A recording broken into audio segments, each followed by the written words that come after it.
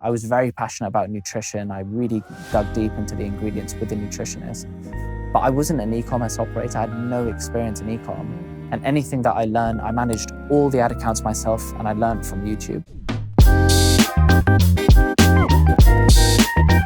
Welcome back to another episode of D2C Diaries. Different setting today. We're on the road. We're on road. Thank you for coming. Thank you for the invite to this lovely setup. We're in the free cell offices today with Arjun, founder. Thank you so much for joining us, for letting us into your humble abode. Not at all. Thank you for saving me on my Oyster card. It's nice to be at home. The days when you tried to go get on the train and your Oyster card had run out and you had to go find the shop. You know, I was at this this event by JP Morgan, right? And I think this is reminiscent of the days where they think founders in D2C have just made it. And a lady walks up to me and she was like, "How do you guys manage wealth?" I was like, "I just try not to double tap my Oyster card." Like, they still think the multiples are up here. Yeah. Nice. Well, yeah, loads we want to get into today. I think, you guys are just absolutely killing it within the wellness space. What's some of the things you're doing, almost transcending what a D2C brand actually is in terms of like the brand activations you do, the kind of cult following that I feel like you're building. I mean, even in our own offices today, like a lot of the girls in the office just absolutely love the brand, and it's something I hear like echoed around everywhere. So It's amazing what you're doing. But I guess just to kick us off so we can get just a bit of context, I'd love to go into your origin story, a bit more about you and, your journey actually building the brand. Sure. So as I mentioned before, I used to work in banking. So I was in the M&A team at Barclays. And it was great. I really enjoyed it. And to be honest, everything that I did in school was geared up towards this one finance job. And I remember getting there and just thinking, this is interesting. The people around me are super smart and intelligent. However, I didn't feel as if anything that I was doing in my day had any real tangible impact on anyone. Like, I had no human impact. And then I would but think about my grandfather's journey. So he immigrated to Kenya from India when he was pretty young, and he built like some of the railroads in Africa. And that was his job, basically. And he went from that place to kind of buying and selling tickets at the airport. And from there, he built a travel agency to the point where he could send his kids off for education. And obviously, I was then able to be educated myself in the UK. His big dream was becoming a bus driver in London. And he was like, "Man, if I can do that, it would be so sick." And he came here, but he ended up being a ticketing agent. And so, although different because of the product that he sold, it was still a career or a life that has impact. And I just felt that I was really at the opposite end of that spectrum, whereby I was doing a lot of stuff which paid the bills but didn't really impact human life at all. And at the same time, like kind of a couple of years into my banking journey, my dad had this horrible health scare, and he's fine today, thankfully. But it was just such a stressful time for my mum in particular. And she started going to the gym and working out and just trying to take care of herself as this outlet for stress. And I don't know if you've been on your own fitness journey, but a lot of the time when you start going to the gym and working out, you start paying attention to what you're fueling your body with. And so she started to do that, but she wasn't trying to lose weight. She wasn't trying to replace meals.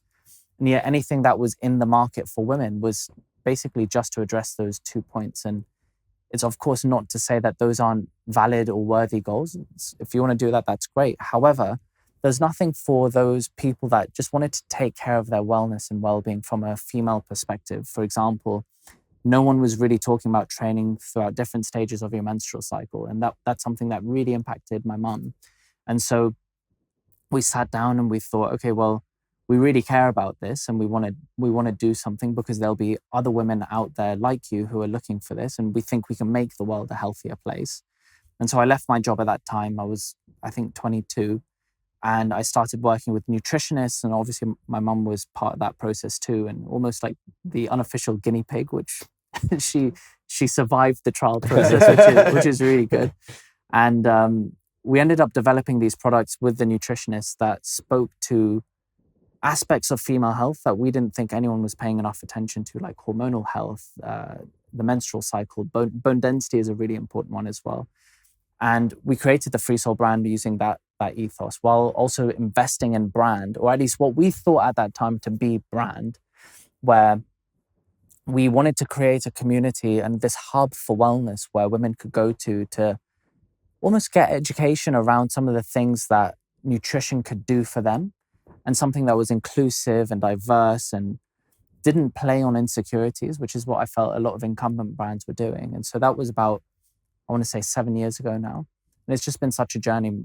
My mum and I still work really closely today in the business today. She's in charge of our customer service, and I basically am spread across 100 different things, as you guys will know as founders as well. So yeah, that's the story. Amazing. And just like going back to the start, because, you know, such a vast contrast being in banking to, like, you know, starting a brand from scratch. I mean, what was it like in some of the early stages in terms of like some of the lessons that you had to learn, and, you know, with that difference?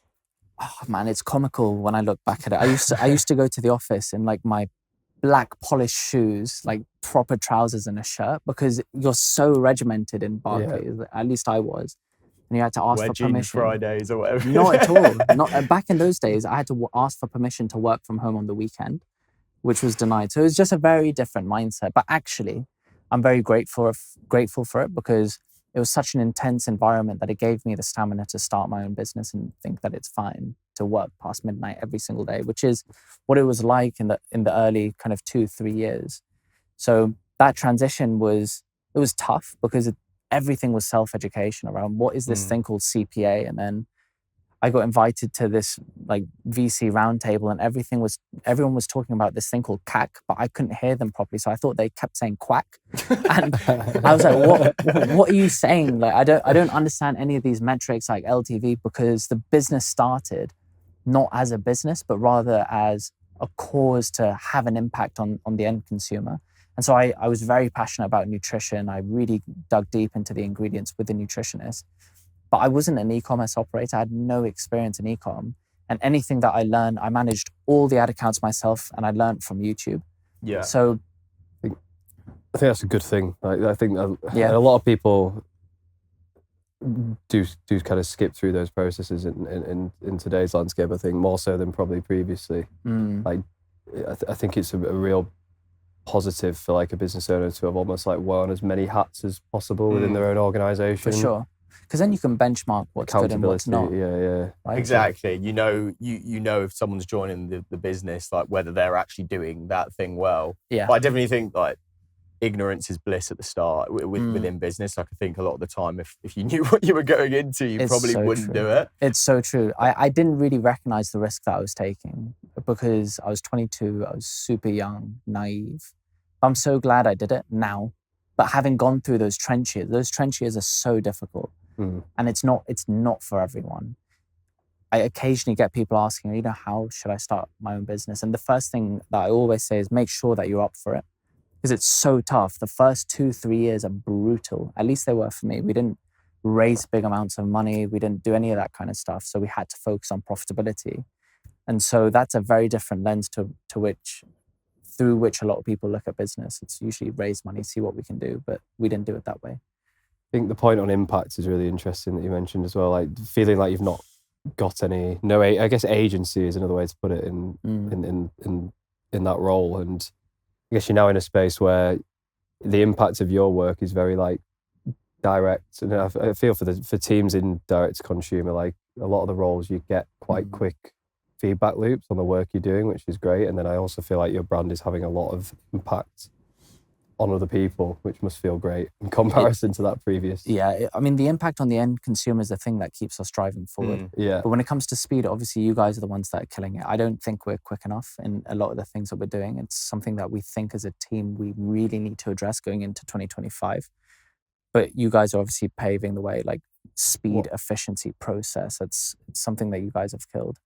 But the end consumers is the thing that we're striving for at all times. Yeah, it's that. I think it's really apparent, like looking in at the brand, like very consumer first, which I think is so important. I mean, what are some of the things that you as a team have maybe adopted or utilized to ensure that remains at the forefront of all of the decisions that you made? It's not been active, because I think it's always been the status quo. Yeah. It's nothing new. We've not had to formalize the thing that consumer comes first, but being a consumables business where we're multi-SKU, we're releasing new products all the time. And as part of that NPD process, we go out to consumers. So it's ingrained in our DNA. It's not something that we have to force when it comes to socials. Obviously, you have engagement and you have clear metrics.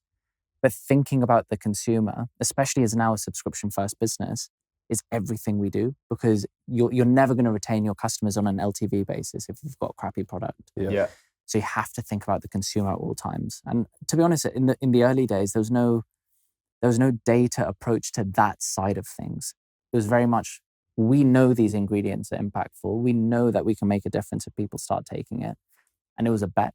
And we were right. So the LTV came through.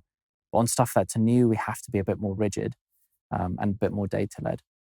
I think from the outside looking in on your team, I've not met them all, but like even just seeing them on LinkedIn, I feel like your team are almost some of your biggest advocates and the biggest consumers of your products, and like For sure. especially the women in your team, like 100%. Which I imagine helps. Like when you and that's a big trend that I'm seeing across brands is like employees making content and employees. I think that's the best sign of a great product and a great brand experience is when they are so bought in. It's so true. I went to the Gymshark office once or twice, and everyone was wearing Gymshark. And they breathe it. We call ourselves a cult, but apparently that has negative connotations about it. Yeah, cult In the wrong family circles, as well is negative nowadays. Oh, Apparently. really? Yeah. Oh, who knows? Can't please everyone. But no, the guys in the team rep the business, and they're the people that you meet at the events. They're the ones speaking passionately about everything that we do. And also customer service, because my mum is so ingrained in that part of the business, it's always been at the core of our communication channels. And so the updates coming through, it's a self-reinforcing cycle, right? Because the phrase we use is, we don't sell cigarettes, meaning we're making a positive impact. So let's live it and show people what it's done for us. Yeah. Therefore, we can market it with integrity. Yeah. It's a really powerful phrase or statement or approach, I think. Oh, yeah. Really well summed up. We did a disc summary, and it turns out I'm like basically all red. So I just say super like concise things, but everyone else is green and they love a chat. But I'll use it more often. And I think I'd love to touch on your differentiation within the market. You know, you're very specific about the type of persona, the type of person that you're targeting. How did you get to the point of that? And, you know, has there been kind of any opportunity you've thought, oh, let's start kind of introducing the male gym bro or other types of personas in? Because I think that's sometimes the mistake you see with brands. They try and appeal to everyone, and as a result, they appeal to no one. Yeah, I guess it'd be great to hear about, like, I imagine there's things you have to turn down and things that become a lot harder because of that. Yeah. It'd be interesting to hear a bit about that, I guess. I think all of the above. So on differentiation, I remember sitting down with someone that is now a family member, and she said to me, you know, to be honest with you, you've gone into a really saturated market and you've cut out half of your consumer base. And I remember thinking, oh man, I think it was 6 months after I started. I was like, tell me now. And I just remember thinking, you're so wrong. You're so wrong. Business is not about width, it's about depth. And people confuse the two things all the time. You shouldn't try and sell everything to anyone. You pick your niche and you try and go as deep as you can into it. And so the differentiation is, we will categorically never do anything in the male line ever. And that's not just a commercial decision, but it's true to why we started. Yeah. So I think by remaining true to our mission to impact female lives, we're not only being integral to ourselves as a brand, but we're being commercially wise as well, because that's why you would buy from Free Soul, because we're so laser focused on serving that one customer. And then when it comes to other things and other distractions, we both listen to Alex Hormozy, right? So he always talks about the devil, not the devil in the red dress. What does he say? That's a Kanye West song. he talks about the woman in the red dress from The Matrix. Yeah. Right? So she's walking that way and the guy flicks over and then gets shot. So distractions will end you. I think a lot of founders try to diversify, and even in a personal capacity, but number one, I'm just not interested. Like, I still look at Free Soul and think, we're not doing that well enough. This needs to improve. And so I'm just very dedicated to what it is that we're doing. I think that whole like distraction piece is really interesting from a product level, but I also think on like a tactical level. Like I Mm. think it's all comes back to like fundamental like dopamine and like this Mm. attraction to like new objects and new Mm. the idea of a quick win or the silver bullet to take you from Yeah. from A to B to C. Yeah. But a lot of the and that could be like a new platform, new channel, new like TikTok shop, et cetera, et cetera. It's like, but a lot of the time it is just continued focus, continued depth, continued execution on what you're already doing. Yeah. It means you can just become laser focused on what that brand narrative is. Like you've just spoken about what the mission is, and you can be very, very specific about that. Yeah. And as a result, it's becomes easier to direct where the business goes because of that reason, because you can become so clear on what that narrative is. Exactly. And also effort compounds. So if you dedicate 100% of your time into something, I think particularly at the relatively early stage, which we're still definitely in, you get more return on your investment of effort through remaining very focused. If you try to diversify those efforts, I at least don't believe that I have the capacity today to do more than one thing at one time, because Freesoul requires all of me today. And also I really enjoy it. But just fundamentally, I don't think I'd enjoy spreading my effort across 5 different things, at least today and for the foreseeable. I'd rather build this into a bigger business and be really focused on that. And I'm enjoying my job now more than I ever have. As we've grown, we can do cooler things. We can work on more interesting problems. And more importantly, I can do less of the things that I'm not good at or don't enjoy as much. So kind of having faith that that kind of pattern should continue is what keeps me very focused. And also it means that I'm improving myself. I don't think I'd be able to develop myself more effectively by starting at, square one on a brand new business. I've already done that. So I might as well try and rise to higher levels here. Yeah, interesting. I mean, it's funny, off camera you said, like, fuck starting a D2C brand today.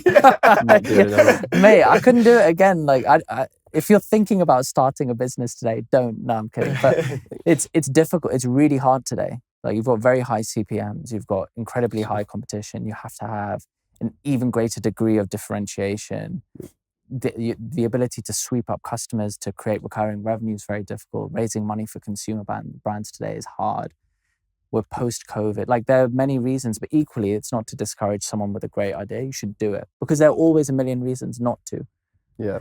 So there's a really fine balance. Equally, when we all started, a lot of the things that we rely on today didn't even exist back then. So it's really hard. There's never a perfect time. I think that applies in the business as well. I think we've been having discussions as we've grown as an agency. You get all of those shiny objects, distractions or like temptations. You're obviously more resource rich, and it can be so tempting to start putting like almost spreading your attention, your focus into different areas. Yeah, trying to do too much. 100%. Yeah, it's the same with us. Like, we didn't grow for the first 2-3 years. Well, first 2 years, because we tried to do everything. We tried to service everything within, digital marketing. And as a result, you're not an expert of anything. You really don't have an ICP. And it was only when we pretty much stripped every service other than our core service of performance creative that we grew exponentially as a business. Yeah. So I think it applies for, whether you're service-based, D2C, whatever. For sure. I think saying no is an underrated thing. We used to say yes to every single retail opportunity that came our way. So I think after a year, we were in like something crazy, like 3,000 stores across the UK and randomly Australia, maybe second year, because we just sent cold emails out to Australia and they said yes. So we flew out there, stocked, I don't know how many stores. And in the UK, we got a lot of inbound and tried to work it. But we then pulled out when COVID struck. And it was the best thing that ever happened to the business because we were really focused on just online. And so that focus and lack of distraction allowed us to really grow. Nice.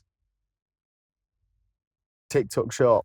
Yeah, I was going to say, in terms of like looking at the last 12 months, I wanted to kind of chat about a couple of like key areas where like I've certainly seen you guys doing amazing things. Like, as Loukas said, you've become a reference point in the Hamby Saw office, in the ecom group that I'm involved in's office on 2 key areas. One is like events and brand activations and upper funnel, which I want to get to. But the other is obviously TikTok Shop, where I feel like you've really been a leader of the charge on that platform. If I could blush, I would be. But yeah, like I think both those channels, I think I've had multiple people in work, outside work, mention the brand in passing, and I think that's just probably a testimony to the work you've been doing there. But it'd be great to hear a bit about that process. We've spoke about previous episodes on like how we've done it or how others have done it or some of the theory, but it'd be great to hear about how you've actually executed.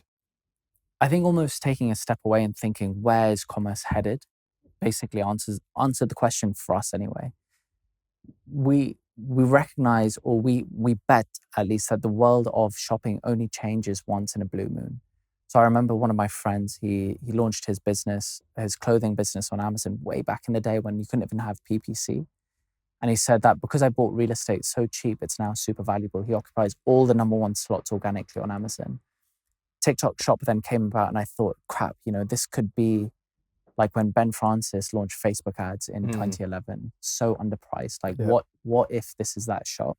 And it felt right. That was the difference, because people started to use it that I knew, who are my age, not just the younger demographics that TikTok was known for. I think when it was whatever the old name was.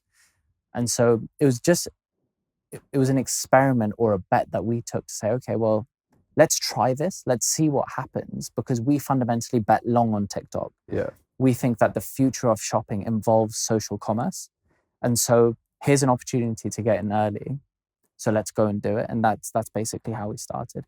It's like that upside downside, like the downside of you doing that, just getting on there, and versus the upside. And I think you said about Ben Francis on Facebook, but I think I've heard of a few like those like arbitrage opportunities, like underpriced, high leverage bets. Exactly. That being one. Gymshark influencer we were talking about off camera, Athletics Greens podcasts. Yeah. It's Dollar Shave Club Pinterest ads, I've heard they did a lot on there at like 1 cent CPMs when it was beta. Gary V, PPC. Well, that Odd Muse brand, she said that every single shoot that they do, they'll have like 1,000 images from the shoot. She said someone in their team will put every single image from the shoot on Pinterest just at scale. And Pinterest has become one of their biggest channels for acquisition. Oh my god! Because like it's use it in a slightly different way. Women's fashion, isn't it? It's just So it's like attention as an arbitrage and like following where attention goes. And I think you move so quickly on that. What, just for like people listening, just in terms of like some of those insights of how you've executed so well there, like why do you think it's been as successful as it has for free? So other than getting in early? I think it's because we leaned in properly. That's something that I learned from our retail days. So in retail, we thought, okay, well, we've got Boots now, the hard work's done. But there was so much under the hood of that engine that we just didn't work on. And I think it's really important when you pick your channel, you lean in properly. Even exactly the same thing for our Amazon strategy. We don't just list stuff and leave it alone. We push. Same with Meta, like we're talking quite frequently around, okay, well, how do we push even harder? It's the same thing with TikTok. We don't dabble in anything. If we do something, we do it really well.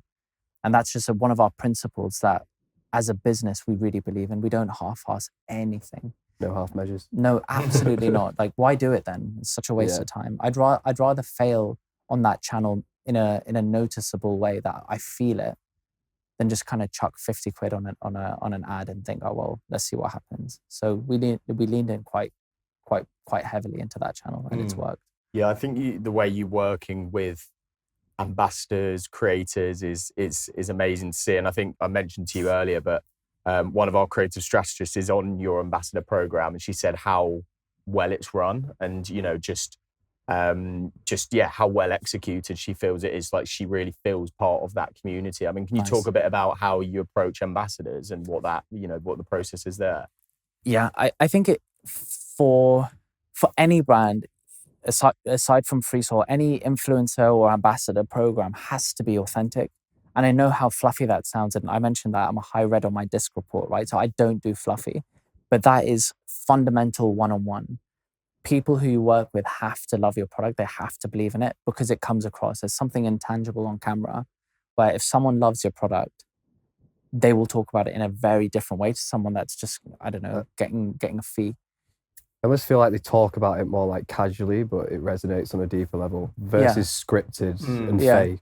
It'll just be like, they could be like getting ready. I've seen a lot of like makeup tutorials where, don't ask why, but I was about to. where it's all like creative, where it just feels so casual, but that's probably because they connect with it on such a deep level. And I think if you followed someone for years, you'll know whether they're BSing you or not, because you can tell by that point. Yeah, it's funny because that must shine through to your audience and the ambassadors. She said the exact same thing. Like, oh really? She's like, one thing I've learned about Freesale is they really want to just work with people that love the product and that know the product, rather than what a lot of brands do. You know, it's just transactional. It's like, here's a fee, make this content. It's because that's easier, right? It's perceived to be easier because it's perceived to be transactional, but people like working with people. And so if you can build a genuine relationship, it's definitely not as scalable to do it that way. It takes longer as well, and it's more expensive because you have to invest in people. But it has a lot more longevity to that process. So we believe in that because, again, lean in properly, do it well, make it authentic. So that's the principle we approach ambassadors with. It's twofold, isn't it? Because like, if that's the approach, then you really have to focus on making the product really good. Yeah. So people actually like it. Exactly. And I think that's a really important piece. So one of our directors in the business worked at, I obviously won't say which company it was, but they changed their product formulations or did something with the product. I don't remember the specifics, but their retention fell in half after that point. And I think people really underestimate the product in this whole thing. It's not like you can launch anything, pump meta ads behind it and it'll fly. It doesn't work that way. And iterating and constantly improving is so key. I learned that from Gusto. So they think brand is all about the delivery and unboxing experience, and they've nailed it. Box size, text messages on delivery, all that stuff is boring, but it's so key to your customer.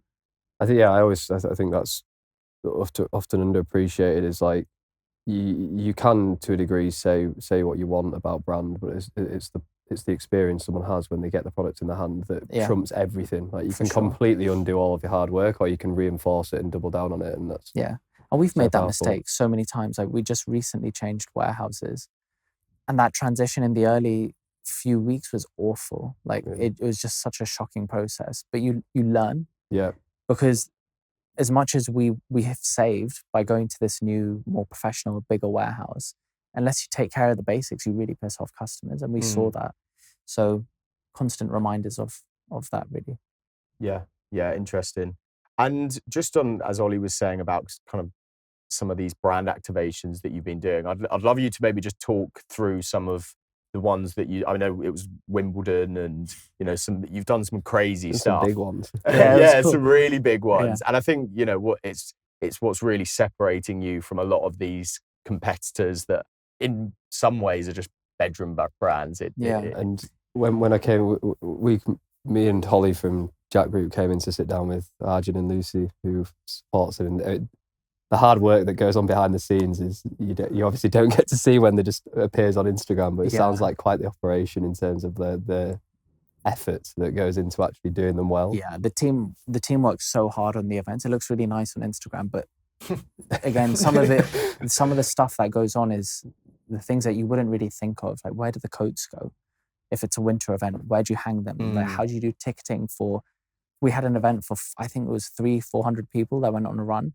We had to do coats for 400 people. That was no joke. It's a lot of I was in the coat room from 7 p.m. till 11 p.m. just sorting out coats. It was mad. Those little things you don't think of, but it's super intense. In terms of, people look at events like a silver bullet and they think, oh, if I did that event, it would be great for my brand. It really doesn't work that way. It's part of this bigger cohesive piece. It works because we have a genuine community. We add value at those events. It's not just all fun and games. And also because it's been integral to our CRM process since day one, just trying to bring people together, discuss things, educate. And that's why the business was started in the first place. So it's so real and authentic to what we are.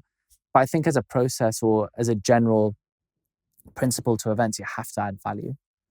It can't just be a cool thing. At least we don't think so. If we aspire to be like brands such as Gymshark, and their events are so cool. They're at different levels. It's a chance to meet your favorite influencers that work with the brand. But first, you need to have the influencers.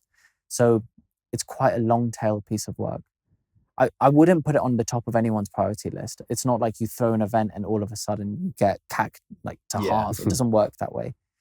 But it's part of a bigger piece. It's part of the funnel. Potentially harder to scale, obviously, as you start to do more. It's so operationally complex. Yeah. But I think it forces you, when you mentioned a minute ago about the coats, it's like a lot more scrappy. It's something you can't apply like a process to in the way you would everywhere else, and where exactly you would try and build process in other areas of the business. 100%. And you can't really outsource that because people are there to meet us as well. Yeah. Less me, I don't know. But like, why are you in the coat room? Yeah, that's what, exactly. They're there to meet the team. And so if you outsource it, you miss that intangible authenticity that people come to the events for. Yeah. So what, just like, let's say brands listening to this, they're looking to do one of their first kind of offline or out of home, brand activations. What advice do you have in terms of like how to approach that? I think I would ask first, are you sure you want to do, like, is this really the best place to put your money? What scale are you at? Why are you doing an event? What's the rationale here? That's so important, because otherwise your expectations are going to be totally wrong. If it's like a launch event, or if it's just an engagement event, I think having very clear KPIs of what it is that you want to see. For example, do you want to see high LTV on the customers that come to the event? Do you just want to build brand perception? If so, what kind of reach do you want? The more disciplined you can be, the easier it is to justify those types of expenses. I think of it as pure under the line OPEX, because attributing the success of an event, we've not figured that out at all. But we know that it's good for the brand. We know that it's good for the community, so we invest in it. But I definitely wouldn't have done it 4 years ago. No way, because it wouldn't have been the number one place to put the money. So it really depends on where someone is with their brand, as opposed to the event itself. Yeah, I think there's,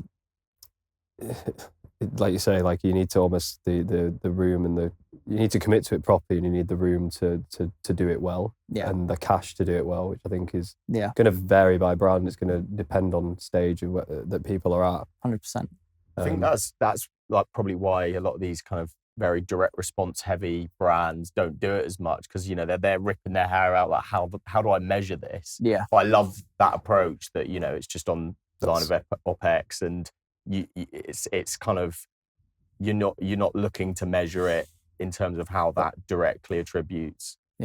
That statement like had a profound impact on me for like planning next year. Like all of my background is direct response. Like I'm spending time with yourself, with Dan from Pure Sport. These other founders that do brand offline, brand building far better than I am capable of doing.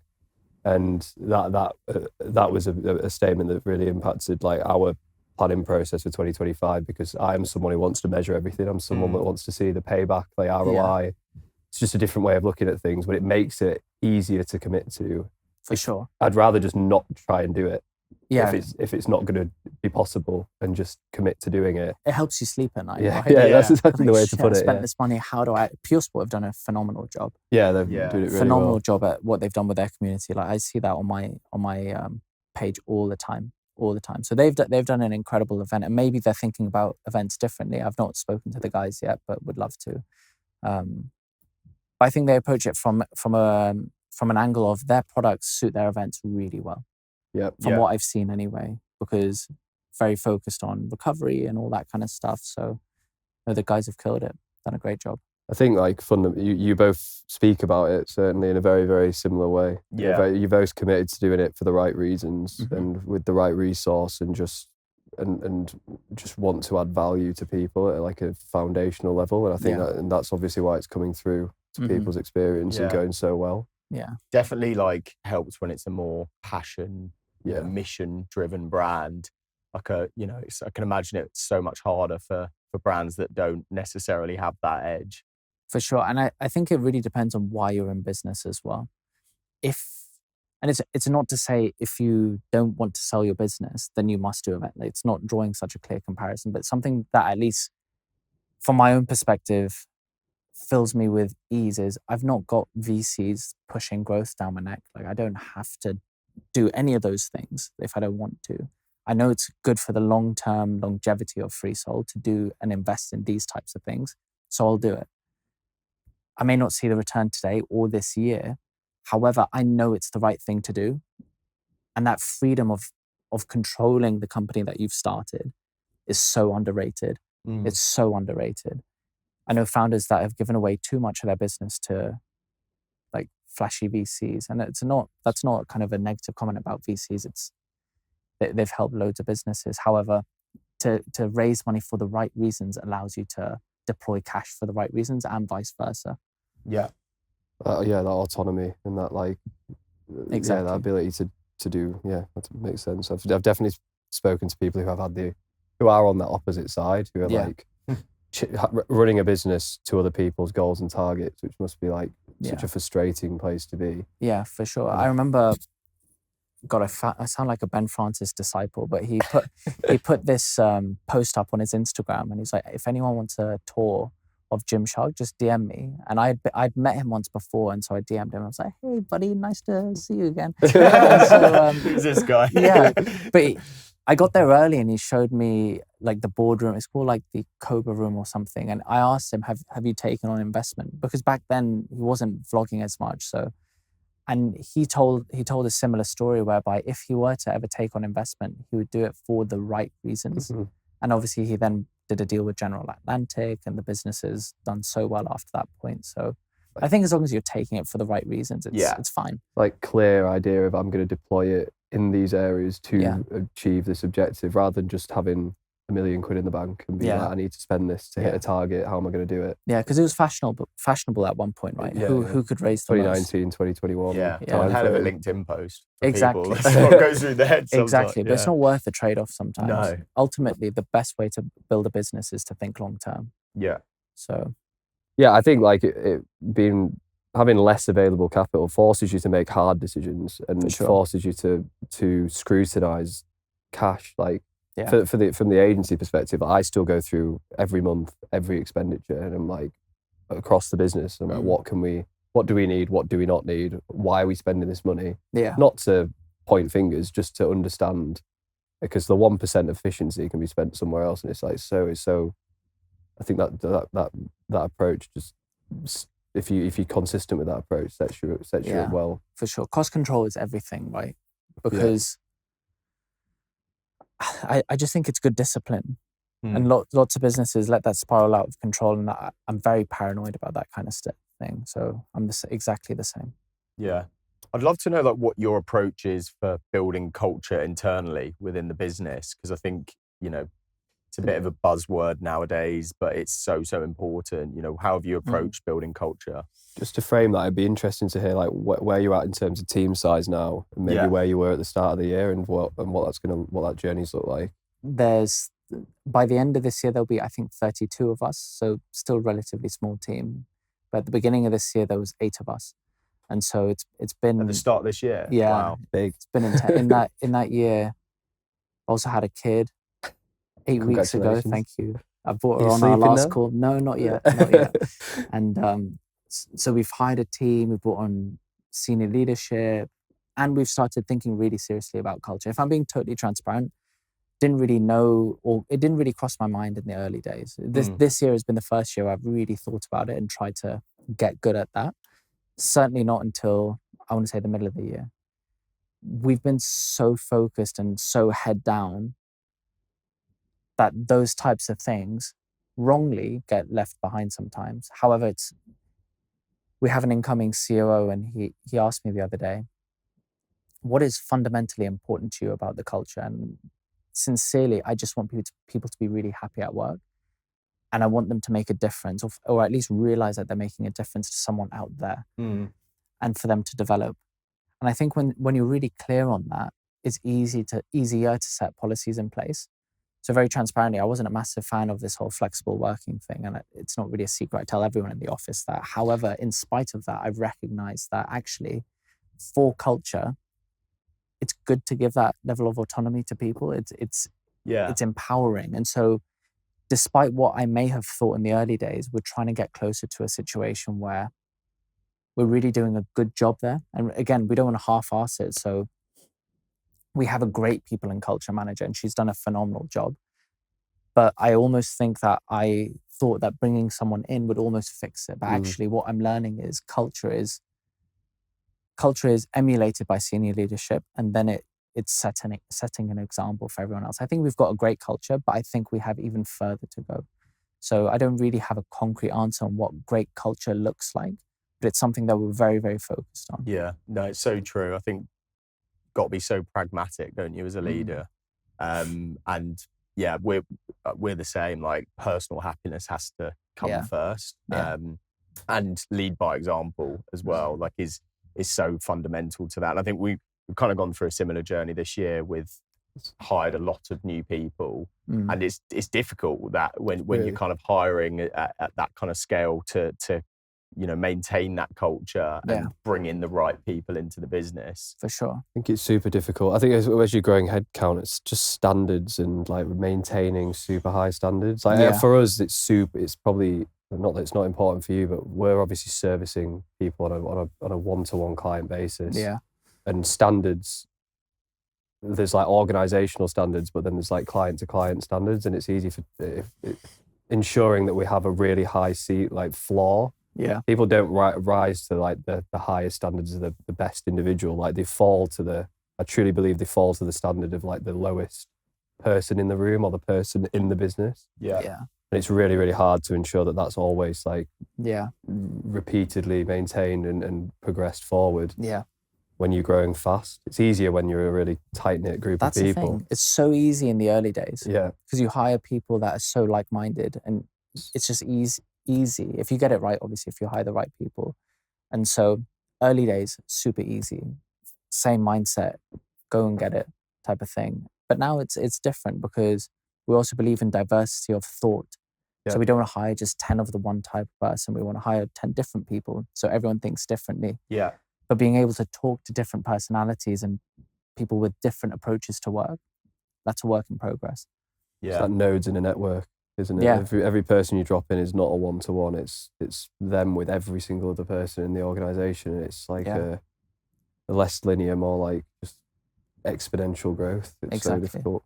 Exactly. Yeah, so I think it's called the Pygmalion effect, something like that. It was in that Netflix book about culture, but they talk about that, how like one individual that is even average or below an A player will drag down the standard and quality of everyone else within the team. Because if you think about it, if there's one person operating at a certain level compared to someone else and they're on similar amounts of pay, why should I be working any harder than them? And suddenly it spreads. So so important. Absolutely. What's been the big focus for the last 12 months? I want to talk about 2025, but it'd be interesting to hear like a focus other than some of the bits we've already mentioned, anything else, and then also any challenges, I guess. If I look back on the last 12 months, the mindset has been, we just go as hard as we possibly can. Like, don't talk about like budgets. Your budget is infinity if you hit this limit. Yeah. Right? Like, it doesn't matter. Just spend anything you want, because we know that the maths makes sense at certain efficiency levels.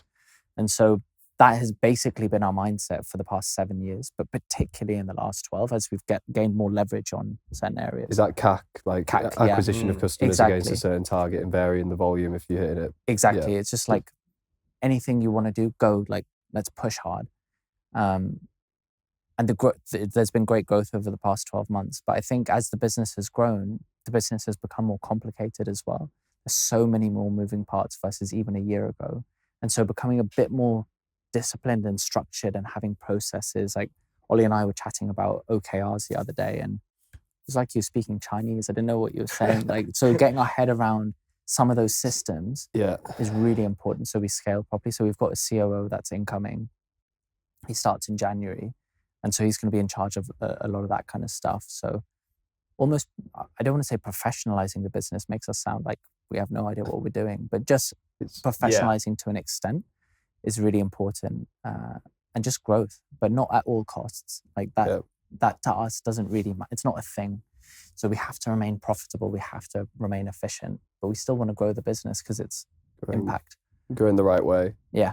There's the OKRs piece. So I know we were discussing that. I think that's that balance of like, you can get so like focused on execution in the short term that then maybe not. You've already spoken in so many ways over the last like 30 minutes around how you are very good at thinking like long term. You're growing you're optimizing the business around like a long term outcome, but trying to get your team thinking in that mindset is that's what we've implemented OKRs for that reason. It's such a powerful way to balance that short term, long term. Yeah, it's a big mindset shift for the team and even the leadership team, because it's, you know, it comes down to prioritization and then how you build an objective that feeds up to the wider objective. But that's hard in itself, right? Yeah. Being able to bring people into your business that can actually do that's hard.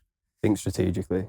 Yeah. I think it's really one of the hard. hardest things to train. It's impossible to train, I think. I think you only get it through exposure to other people who teach you how to do that, almost through like osmosis. Like you see other people thinking in a strategic way and less short term, more long term, more big picture, and it like seems to transfer to the way others do it. I don't know. Yeah. Maybe. I think so too. You learn from others. You learn by seeing. Yeah.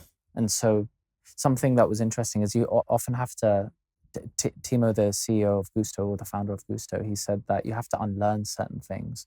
So in the beginning, in the early few years, you know that one input of time as the founder equals 1 unit of output. So however much you work, it's in direct proportion to the amount of stuff you get done in a day, and therefore how much the business grows. It's just not the way today. So I can work hard, however, it's equally as important to recognize that 1 unit of input doesn't necessarily progress the business in the same way. If you make the right decisions and you think strategically, even if that involves less work, you're actually serving the business better. So that changes over time. So as the founder or the CEO or both, becoming more strategic over time is so important. And that's where hiring comes into it, because you can't do that unless you've delegated in the right way. Yeah. So what we talked a bit about this year, what are the plans for next year? I think it's just more of the same, however elevated. And so we're building out our NPD team. We want to create some incredible products next year. And so just trying to get ahead of that now, because it takes like 6 months to bring anything into fruition in our space. It's number one. Looking at new markets, we're pretty much an entirely UK-based business today. I think like 99.2% of our sales are from the UK. So spreading that risk out a bit more. And then looking at more sales channels, but doing it all in a sustainable way. We're not going after growth by any means, by any cost. We want to do it profitably and sustainably. So those are our plans. I think that's the only way to do it. You are quite omni-channel already, aren't you? As a D2C brand, I'd say, in some ways. I guess so. We're not in physical retail. No. Is that the one you mean more? I mean, we don't have any products that I think could work that well in retail. I mean, to be determined. However, we've not got any retail plans lined up. It's not something we're actively looking at. But maybe, I think retail at some point could be interesting for Freesol. Makes sense. Yeah, it's something we spoke a lot about with Matt Kelly, because he's gone quite hard into retail this year. Yeah, he's launched in Holland & Barrett, I think, right? Yeah, he's going into Boots as well. Tesco. Nice. Really? Wow, that's a big account. That's awesome. But it is difficult to do, and it has to be, like you said before, it's got to be done right to not have, because I think it has can have negative impacts on Bit on your Google terms. Exactly. We've had a client who had to pull forward their activation for Black Friday 2 weeks because they were losing 200 to 300 sales a day. A day? Off Google shopping listing that was getting discounted by the retailer. Yeah, it's no joke. It's just like you don't think about that when you're, a lot of people won't think about that if they're a relatively small brand trying to just move fast, be agile, take advantage of the opportunity, 100%. launch another sales channel. Yeah, but that's meaningful volume. Huge. So we had to pull everything forward and go live like a lot earlier than planned. Which went really well, but we turned it around. But super big knock-on, big knock-on effect. Yeah. And then I guess finally, what do you have any predictions for e-commerce over the next maybe 12, 24 months? How do you think things are maybe going to change or evolve? I think social commerce is a big one, right? So the way in which that takes shape, whether that's on TikTok or another platform, is really interesting. So that's number one. I do think things are just becoming more competitive. And so the ability to think outside the box has never been more important, because I think the days of just launching a D2C business, putting some money behind Meta and seeing the sales come through is not reality anymore. So whether that's your product being very unique or some form of guerrilla marketing, the importance of that has never been higher, in my opinion. So those are the kind of predictions that we have. But one thing that seems to have happened already is the value of D2C businesses is now more aligned with traditional business, and it's focused on profit, EBITDA multiples, cash flow generation, which is probably the way it should have been all along. People just didn't know how to value them for a long time. Yeah. Just VCs being like, this Exactly. is just revenue multiples, like crazy numbers. I mean, great if you exited, like, well done. Like, you have to time that as well, like, credit to you, but it was never going to last, that kind of stuff. So much more focused on sustainable growth the right way. Yeah, exactly. Makes sense. Cool. Well, thank you so much for coming all. on. Where if you want people to find you, where can they? Just follow Free Soul. I don't post much myself, Cool. but I am on Instagram in case you'd like to look at a dead profile. Yeah, thank you very much for the time. You. Thank you for hosting us as well. Beautiful space. Not at all. Thank you for making the journey. Yeah, cool. So if you enjoyed this episode, please obviously give us 5-star on Spotify, subscribe to us on YouTube, leave us a comment. It goes a long way. And yeah, we'll see you on the next episode.